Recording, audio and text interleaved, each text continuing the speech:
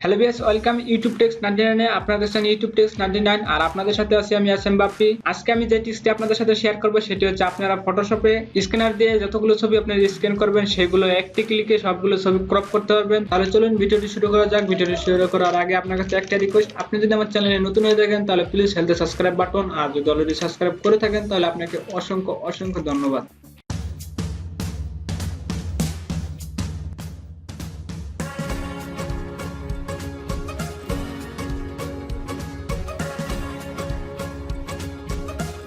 আপনারা দেখতে পাচ্ছেন এখানে আমি দুইটি ছবি এবং একটি এনআইডি কার্ড স্ক্যান করেছি। তো আমি এখন এটি কেটে দিচ্ছি, কেটে দিয়ে আপনাদেরকে আবার পুরোনো স্ক্যান করে দেখাচ্ছি। স্ক্যান করার জন্য আমাকে যে কাজটি করতে হবে সেটি হচ্ছে আমার চলে যেতে ফাইলে আসার পর আমি যে ইম্পোর্টে ক্লিক করব। ইম্পোর্টে ক্লিক করার পর আমরা দেখতে পাচ্ছেন এখানে স্ক্যান, আমার স্ক্যানের এটা হচ্ছে 100। তো আমি এখানে ক্লিক করব, ক্লিক করার পর একটু ওয়েট করব। ওয়েট করার পর দেখতে পাচ্ছেন এখানে এই পেজ, আমি এখানে ফুল পেজ দিয়ে দিচ্ছি। দেওয়ার পর আমি এখানে ক্লিক করব স্ক্যানে। স্ক্যানে ক্লিক করার পর একটু লোড হবে, দেখবেন এখানে স্ক্যান হচ্ছে।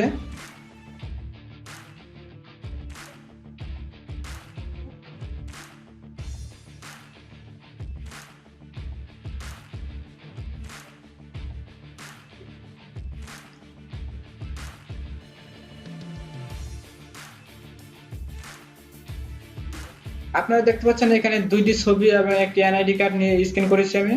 তো এখন যদি এই তিনটি ছবি আমি একসাথে ক্রপ করতে চাই তার জন্য আমাকে যে কাজটি করতে হবে সেটা হচ্ছে আমাকে প্রথমে সরাসরি চলে যেতে ফাইলে ক্লিক করার পর আমরা চলে আসবো অটোমেটিকে ক্লিক করার পর আপনারা ডান পাশে দেখতে পাচ্ছেন এখানে অনেকগুলো অপশন রয়েছে। ডান পাশে অনেকগুলো অপশনের ভিতরে আমরা চলে আসবো, এখানে লেখা আছে ক্রপ এন্ড স্টার্টিং ফটোস। এখানে ক্লিক করবো, ক্লিক করার পর দেখতে পাচ্ছেন আপনার লোড হচ্ছে। তো দেখতে পাচ্ছেন অটোমেটিক ক্রপ হয়ে গেল। তো আপনারা দেখতে পেলেন কিভাবে অটোমেটিক সবগুলো ছবি ক্রপ হয়ে গেল। তো আপনাদেরকে দেখিয়ে দিচ্ছি এক এক করে সবগুলো ছবি সঠিকভাবে ক্রপ হয়েছে কিনা।